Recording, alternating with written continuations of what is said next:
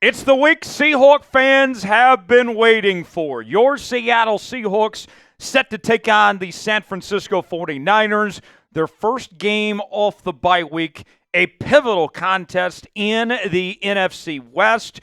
Coming up on today's show, we will break down the top storylines heading into Sunday that you need to know on today's program. Tyler Jones here with you. Thanks for joining us. If you want the Seahawks to beat the 49ers, like the video. Don't jinx it. If we get at least 500 likes on today's video, that guarantees victory. So why would you mess with luck like that? Just do your part. We need all the luck we can get at this point, coming off a 2-game losing streak, folks.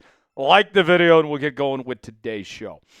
The Seahawks and Niners, week number 11 in the National Football League. The Seahawks coming off the bye week, 2 straight losses, and they lost to the Niners just a few weeks ago. Now trying to get back on track, trying to save their season. It's been an eventful last couple of days with the release of Terrell Dodson, among other things as well. Let's start with a positive note for the Seahawks, and this Sunday is expected to be the long-awaited season debut of Abraham Lucas. Barring any setbacks, Abraham Lucas is set to take the field for the first time in 2024 this Sunday in Santa Clara. And I'll be honest, I don't know how much we're going to see of Abraham Lucas, if it's going to be him or Mike Jarrell getting the start. At the time of this recording, we haven't been told just yet what exactly that will be, if there will be any limitations put on Abraham Lucas. But just the fact that he's available, that you heard Mike Macdonald say this week that Sunday is a very real possibility of him returning to the football field, that's a huge step in the right direction. The offensive line has been atrocious, arguably the worst offensive line in football this year. And now you bring in a guy that, if he's healthy, can be a huge impact player and change the entire outlook of this offensive line if he's fully up to speed and ready to go. Macdonald said this earlier this week on Abraham Lucas. I think that the best version of Lucas is going to give us the best version of our offensive line. We want to make sure that he's ready to go, but from what I saw today, it looked really good. He looked good last week. There's a timeline here that we're kind of abiding by, and there are certain milestones and hurdles you need to cross in order for him to play his best ball. So hopefully that's this week. The last time we saw Abraham Lucas at full strength, you got to go back to his rookie campaign in 2022 when he played almost every game that season. He and Charles Cross were the first rookie offensive tackle duo to start 15 games since 1970. And all the numbers aren't great for what he did his rookie season. It was a solid rookie campaign with a 68.5 overall grade by PFF, a 69.6 pass block grade, and a 65.1 run block grade. Lucas, when he is fully cleared, is expected to return to the starting lineup and take back his old job as the starting right tackle for the Seahawks, alongside Charles Cross on the other side. Laken Tomlinson has had his struggles at the left guard spot. Connor Williams doesn't know how to snap the football. And then you got Anthony Bradford at the right guard spot, which has been just a mess between him and Christian Haynes this year. But nonetheless, if the Seahawks haven't figured out with their tackle positions, then that is going to help everyone out when it comes to this offensive line, and should be a big difference for this Seahawks team as they try to make this second half run from here. What is going to be the score of Sunday's game between the Seahawks and the 49ers? Who wins? What's the final score? Get your predictions in the comments section. Let us know how you think Sunday's game is going to shake out. Today's show is sponsored by Prize Picks. Prize Picks is the place to go for daily fantasy made easy. Here's how it works. Choose 2 or more players on any given category. Get the choice of more or less, whether you're talking fantasy points in football, rebounds in basketball, goals in hockey, all sorts of different categories to choose from. And Prize Picks has got a great deal they're offering, folks. They will give you $50 to spend for free when you play $5. You don't even have to win to get the money on Prize Picks. Go to prizepicks.com/CLNS, promo code CLNS. This week on Prize Picks, this is what I'm going with, folks. I got Geno to have more than 253.5 passing yards. Going with George Kittle to have less than 58.5 receiving yards. If I put $20 down and both these hit, that turns into $60 on Prize Picks. Play along with me, prizepicks.com/CLNS, promo code CLNS. The link is in the comments and the description of today's video.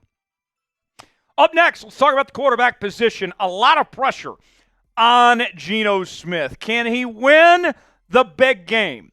Geno Smith, in his time in Seattle, has yet to beat the San Francisco 49ers. And with the way that he's played, it's been an up and down season for him so far in 2024. He's looked really good at times.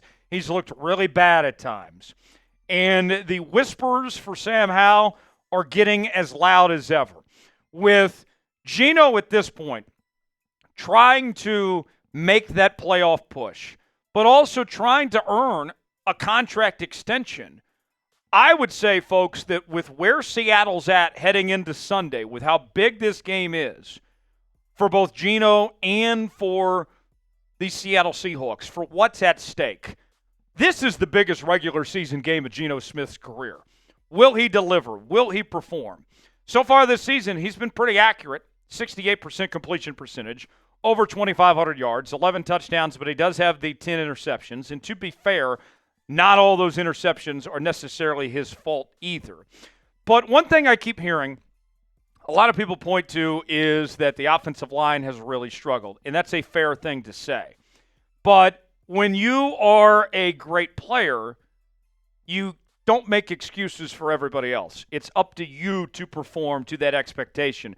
And Geno, in the games that he's played against the Niners, the stats have not been good. 5 losses, 4 touchdowns, 5 interceptions, and the offense has only averaged 16 points per game in those 5 losses that Geno's faced the San Francisco 49ers, including a playoff game a couple years ago.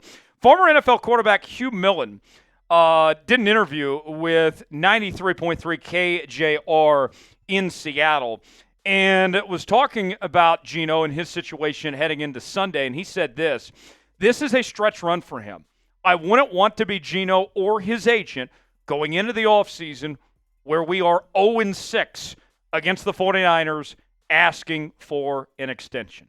You lose this game and you play poorly, that extension's not coming. That's what's at stake for Geno Smith here. Besides just the playoff push, he's got a real chance to earn some money on Sunday. Do you believe in Geno? Type B for believe, D for don't. Get in the comments section and let us know.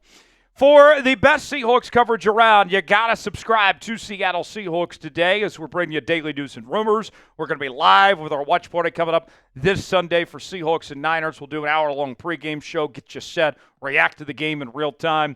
We also have breaking news, Q&A mailbags, and more. It's all in one place. If you are a real member of the 12s, you got to be subscribed to Seahawks today. We're closing in on 60,000 subscribers on the channel, but we need your help to get there. Subscribe now, youtube.com/SeahawksTV. Last, but certainly not least, on what to watch for Seattle heading into Sunday's matchup is keeping the playoff hopes alive. This is a must-win game for the Seattle Seahawks.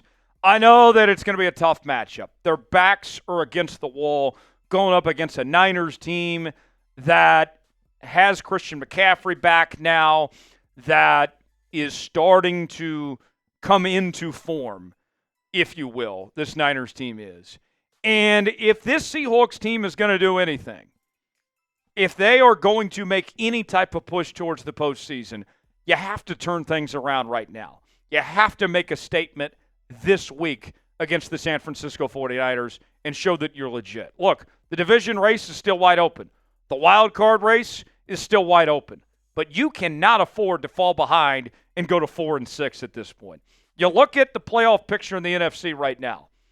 You have the Lions at the top seed, Eagles at the 2, Falcons at the 3, and there's the Cardinals at 6-4. You still got a couple matchups with the Cardinals coming up. You got this game with the 49ers. You got another matchup with the Rams here. There's still a chance for this Seahawks team to make the playoffs and win this division. But that pretty much closes. The season might as well be over if you do not get it done this week against San Francisco. That's how important this game is for the Seattle Seahawks. Will Seattle make the postseason? What do you guys think? Type Y for yes. Type in for no. Get in the comment section and let us know if you think this is a playoff team or not. If you enjoyed today's show, like the video. We certainly would appreciate it. I'm Tyler Jones. Thanks for joining us. We'll see you next time here on Seahawks Today.